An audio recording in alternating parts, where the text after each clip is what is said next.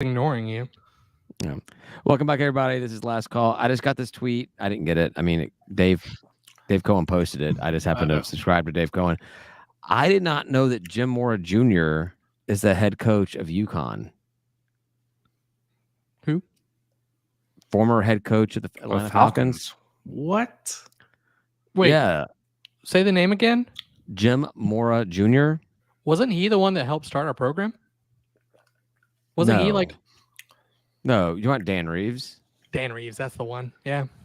Yeah, no, Jim Mora Jr. came in after Dan Reeves.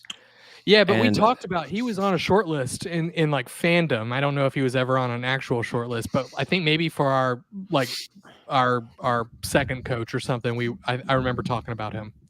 Well, he was the head coach over at UCLA for a while. That's right. The last thing I remember him doing was UCLA. So yeah, apparently this tweet that Dave retweeted was something about Jim Mora Jr. talking about why UConn needs to end up in a Power 5 conference. Are they? Okay. They're like basketball independent right now, aren't they? Yeah, they're independent. Yeah. Look, they're independent right now and can't find a way into a conference. That's problematic. Well, they only want P5, right? I mean, they don't.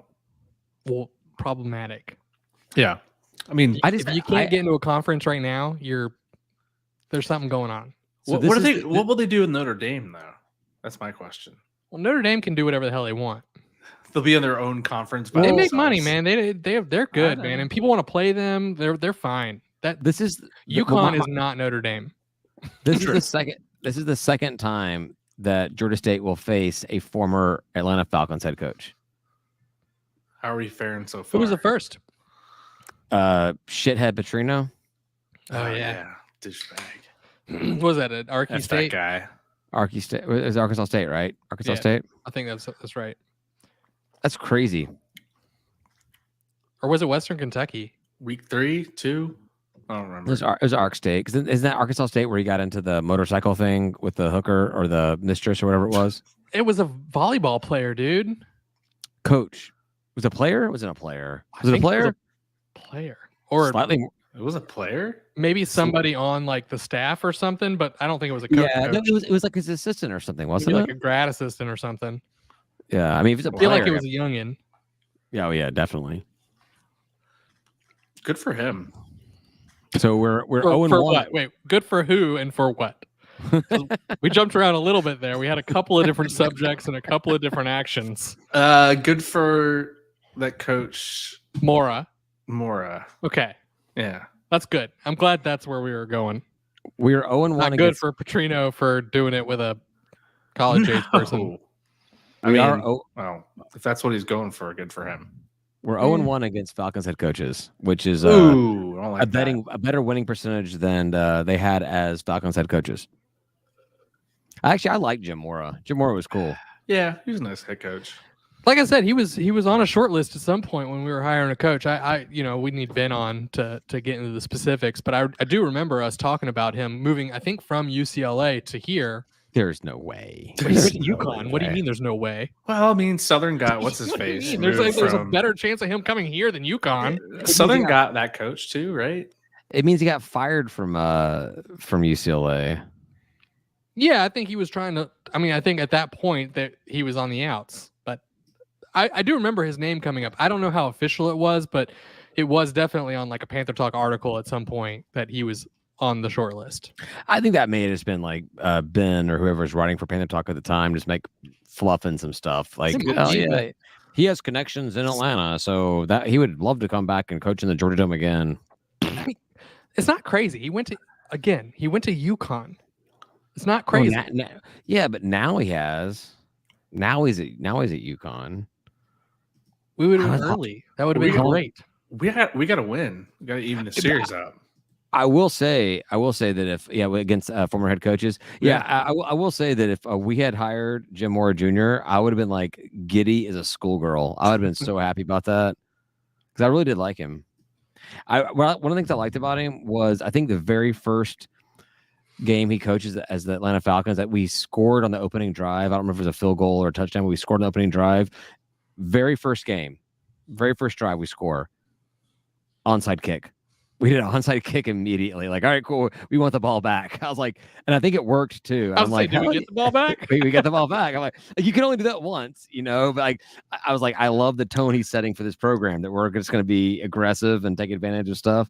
Look, when I was growing up, watching the SEC, that's what the SEC was all about. Was doing crazy shit like that, and I loved it. That's one of the reasons I was a big fan of watching those football games, was because you would get like these onside kicks at weird times, or Spurrier did all kinds of crazy shit all the time, and all the other coaches did, not necessarily as crazy as Spurrier, but like did all kinds of crazy shit too, and it was just a lot of fun to watch because it was a little more chaotic, and the NFL wasn't doing that kind of stuff because they've got like scripts that they're going by. They're like, oh, it's this down and there's this many yards to go, then this is what we call. There's like an algorithm, Yeah, it's like a guy in Vegas playing the book at blackjack, like, oh, we're gonna hit on 13 but not 14 and blah blah blah blah blah. Yeah, SEC is like wild card bitches.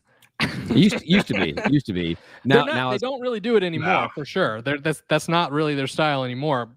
That I like that though. That's one thing that I appreciate. And we're talking about Jim Mora doing that in the NFL. So unless you've got a new coach at one of the mid to top programs, like I feel like a brand new coach comes into Auburn and they're playing Alabama, they'll do something weird and funky their very first season.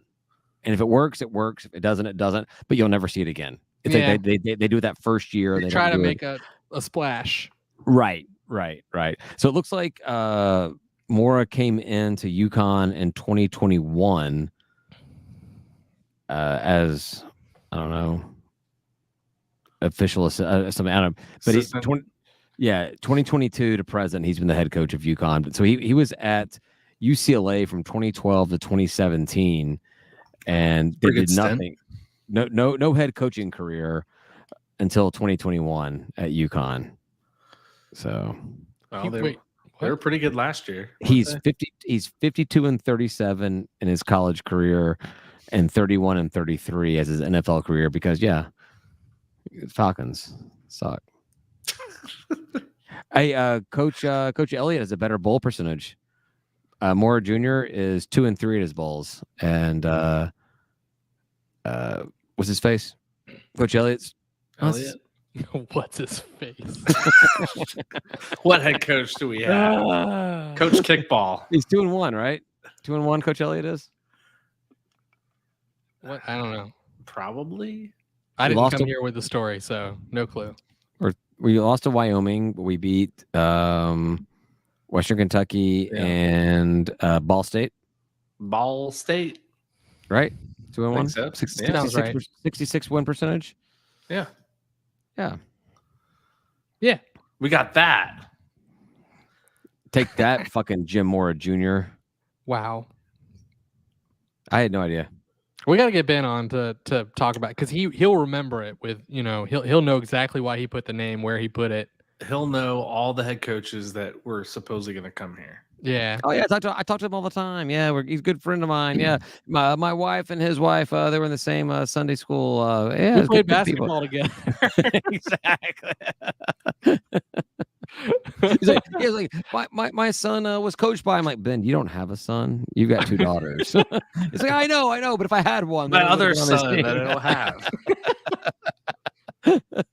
Some of these players just feel like children to me. I've been talking to them since they were 12 years old. This college athletics is the only place where a grown adult man can talk to a minor about what they're doing with their lives, and no one is questioning it at all. They're kind of like, oh yeah, I think you should talk to this person about what you're going to do with your life personally.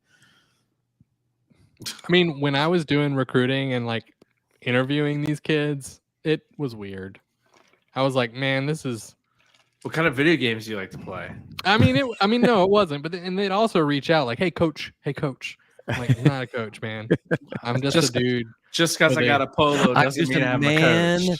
I'm just a man in a chair looking for a player. I just monitor Twitter well. That's it, man. I got some auto searches going, and I saw your name pop up. That's it. It said sounds really bad. You said you were under arrest by Georgia State Patrol, but Georgia State popped up, and so I was wondering what you're doing tonight.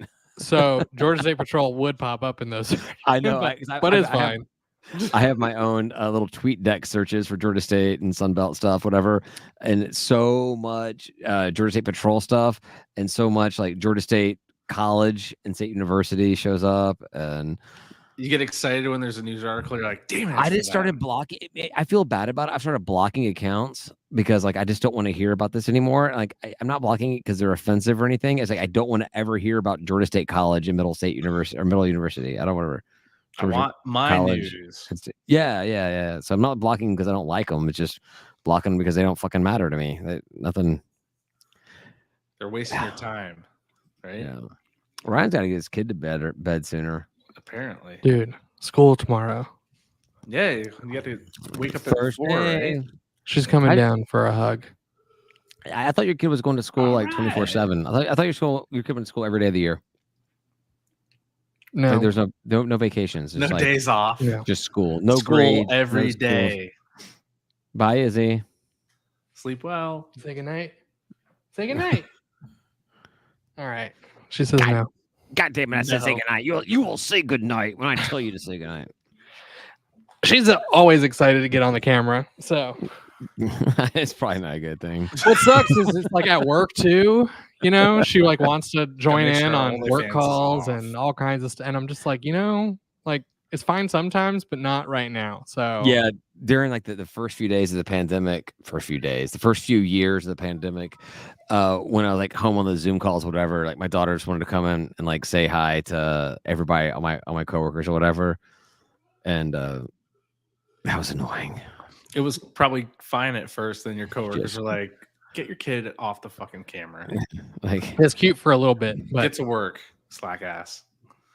hey, my kids are cute all the time. They're horrible. But they're so cute. But Even when you say they're assholes, they're cute. nobody's cute all the time. except for Natalie Portman. And just for Cyndi Lauper, just for some street cred here, Denver. Oh, there you go. She's not watching her now. Yes, she is. She's watching. There's one person watching. I guarantee you who it is. It's Izzy. It's not my wife because she let her membership expire. So, Wow. Ouch! You gonna kick her out? I do think I'm going to open the live stream once football season starts back. I think we open the live stream back up to everybody. Yeah, It'll be fun. Off season exclusive. Yeah, we'll see. I don't know. It was an experiment to see what happens. Making it to the Patreon. I do have a gift to the Patreons coming up. Yeah. A gift. A gift to our Patreon mover. And for those patrons, they've seen some pictures, right, coming through. It's a true story. Yeah. True story. It's exclusive. Tim, are you a patron? Because I am, so I'm gonna get one. Yes, Tim is a Patreon member. All right, cool. I wasn't sure if that ever happened. I'm actually not a Patreon member, but I think it's excusable because I think you're okay. We'll We'll let this one slide. I could either pay the difference of everything, or I could pay the money and just lose money in the service fees for paying for all the difference and everything. It's all good. Nobody's mad at you.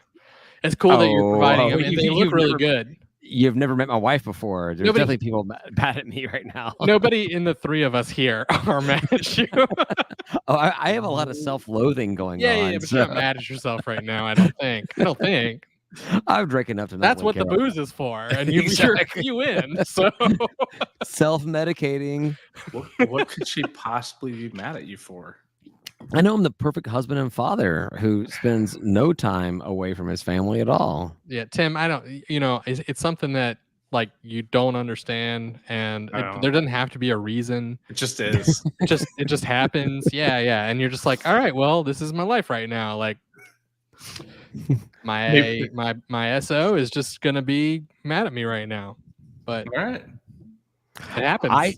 I could not live with me. I'll give her that much credit. I could not live with me at all. Yeah, it's fair. That's fair. Like I often don't want to live with me. It's just kind of like, what the hell's wrong with that? That's sad. That's a really sad thing to say. Oh, okay. It was the vodka talking. I'm on cheaper vodka right now. It's all right. They didn't have my good stuff. Hey, do we want to do episode titles? You commented quite a bit, but I we did not both write did. in a. All of us did. Oh, Tim, I did not see who wrote what. I just I saw Ryan like tippy tapping away with his fingers on the keyboard. Well, I did too, and then each of you guys did one. Mine was kickball on the brickyard, which I think is actually that's my favorite. That is an easy hard first place right now. Like we rejiggle the CFP. When yours was just rejiggle. We have no competition at this point until now we do, but like that's a hard for rejiggle the competition. What? No, I think kickball on the brickyard is very good. And now that I'm saying that out loud, we should play kickball on the brickyard. Slide. Ooh, don't slide. Ouch. Just show up like ass early, like we normally do. Right. But have people come in for a kickball game. They're not setting the shit up anymore. So we just show up and we set up our kickball and we do our league throughout the year. So they're saving money, right? By not setting up anything. They're just gonna. They're not saving money. They're saving manpower. So now the same people that were responsible for doing all the on-field facilities setup were responsible for setting up the bricks stuff and everything. So now those people can focus more on in-stadium stuff versus out of stadiums. I'm fine with it. And there were a bunch of people who wouldn't show up, and then you'd get those days where it was like windy and like they'd be out there for a couple hours, like trying to figure out how to fix those, or they'd be packing them back up anyway by the end of by before anybody even got there. I would say to me, I'm like, this makes sense. Out of the years that they've been doing the tents and tailgating on the bricks, I would say we would average out of 6 games, out of 6 home games out of a season, we were averaging 2 to 3 games a season where we were over there trying to hold tents down. Yep. Fix tents. That was exciting. Knock water out of them, whatever. Like just because we were there so early. Right. Yep. Yeah. I mean that's almost half. Even if people did eventually show up, like they had to get them ready early enough for people to show up, and people don't show up that early, like we do, but people don't. Yeah. And so, they were having to deal with it. And I really appreciated that they have the option of going, you don't have to buy your own tent. You can still go up and receive a tent and put it up for yourself once you're there. I think that was a really good compromise. Very good planning. Kudos to probably Eli, I imagine.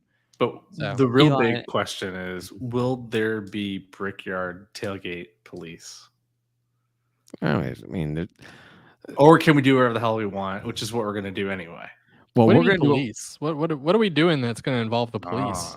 I know. I don't think he means police, not the police you think of. Just me. He just means enforcement, or Sting or something. No, not police. Not Bilbo Baggins' dagger from The Hobbit. No, I think mall security. Sting. Oh yeah. All right, I didn't jump all those ways, but Denver's gonna appreciate that. She's big over the Rings. Well, it was.